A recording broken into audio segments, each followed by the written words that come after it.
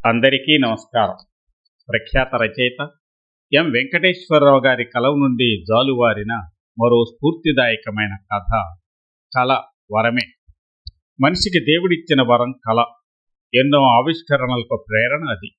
ఆ నూతన ఆవిష్కరణలే ఎప్పటికప్పుడు కొత్త ప్రపంచాన్ని సృష్టిస్తున్నాయి. షాజహాన్ కళ తాజ్మహల్, లారీ ఫేజ్, సిల్జీ బ్రిన్ల కళ గూగుల్, నేడు అన్నిటా తానై కనిపిస్తున్న ఆర్టిఫిషియల్ ఇంటెలిజెన్స్ ఎందరో మేధావుల కళలకు ప్రతిరూపం.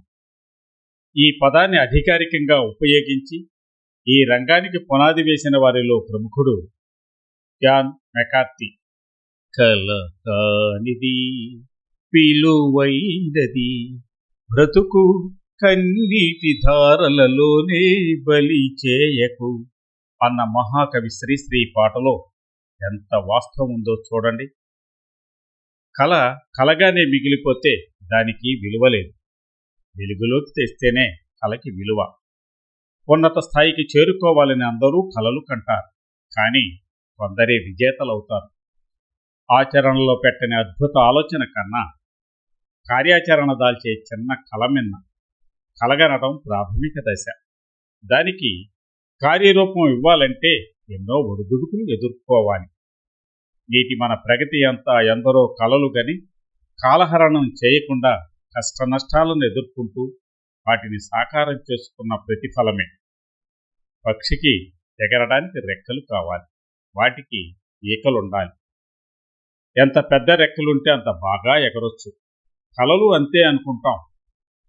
ఆస్ట్రిచ్ అనే పక్షికి పెద్ద రెక్కలుంటాయి, అయినా అది పైకి ఎగరలేదు.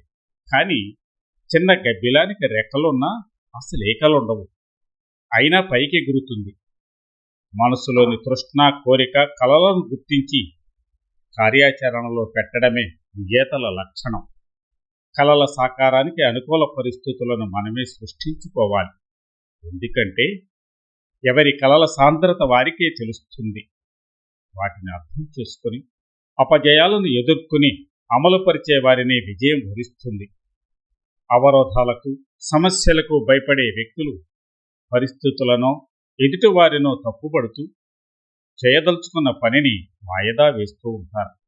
వాయిదా అపజయానికి తొలిమెట్టు, సోమరితనం మలిమెట్టు.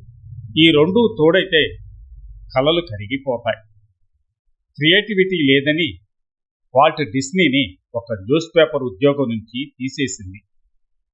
డిస్నీ థీమ్ పార్క్ ఏర్పాటుకు రుణం ఇవ్వమంటే బ్యాంకులు 300 సార్లు తిరస్కరించాయట.